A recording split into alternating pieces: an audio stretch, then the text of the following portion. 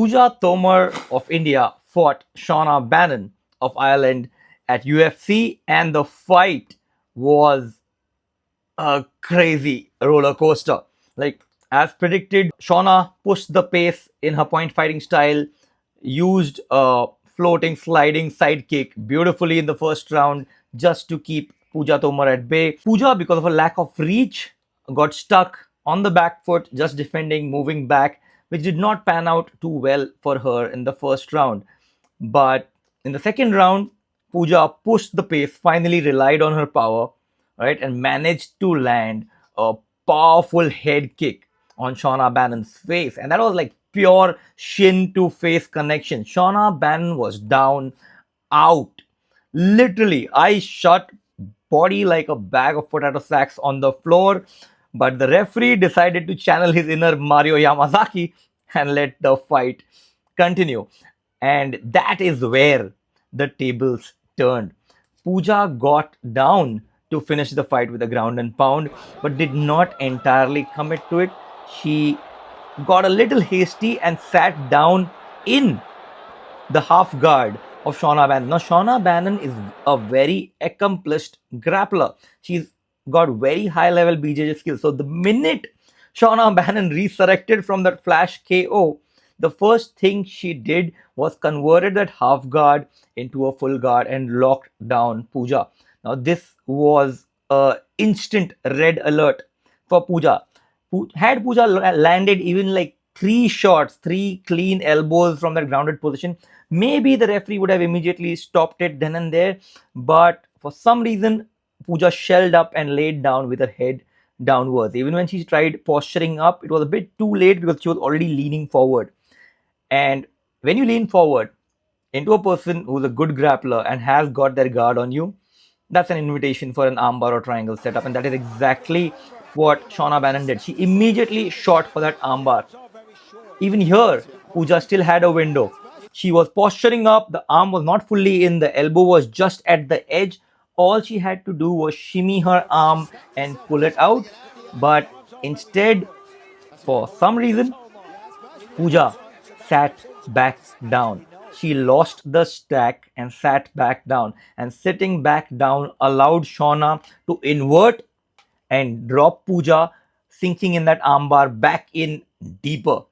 And at this point, Puja tapped out to that armbar and the fight was over. It was such a twist of events, such a roller coaster.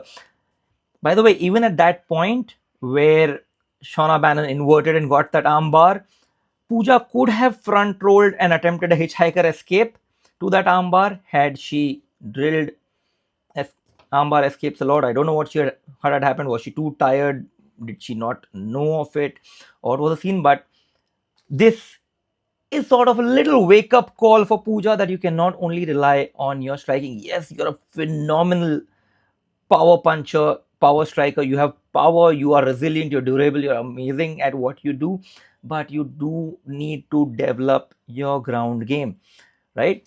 Yeah, even in one championship, same story. It was armbar, triangle, again armbar. And so armbar, triangle, armbar has pretty much been the story of Puja's losses in high level MMA competitions.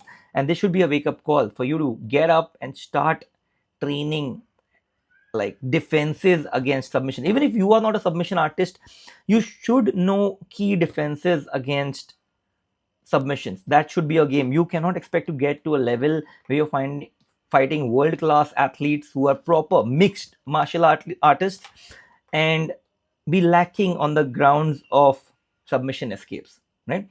You may not turn into a submission artist, but at least know thoroughly the escapes to each submission and what mistakes not to make against a certain type of a fighter. A lot of things can be called into the way training happens and what is your structured program to train for a certain fighter.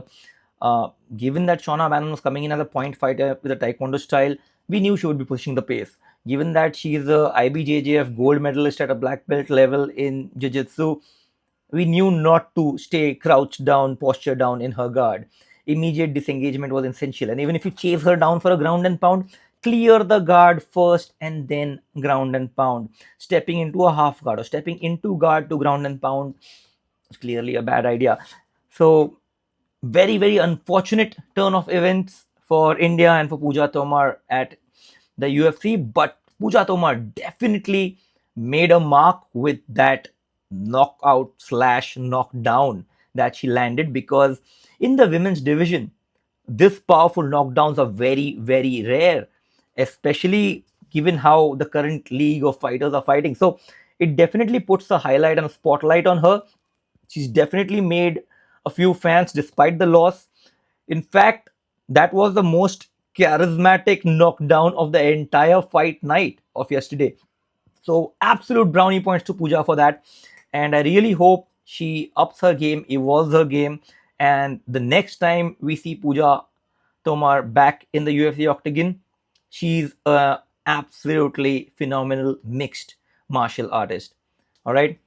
All love and cheers for Puja Tomar. Puja, you have made us all very, very proud with your performance. You have made India proud with where you have gotten to.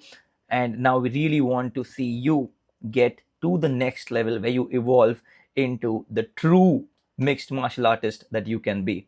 All right, this is Pushkar Shekhi of Project Battlefit. Stay tuned, follow, subscribe, and leave your views in the comments. I'll always be ready to help you out with anything you need to know about MMA, fitness, training, nutrition, and peak performance. All right, this is Pushkar Shekhi for Project Battlefit. Cheers, over and out.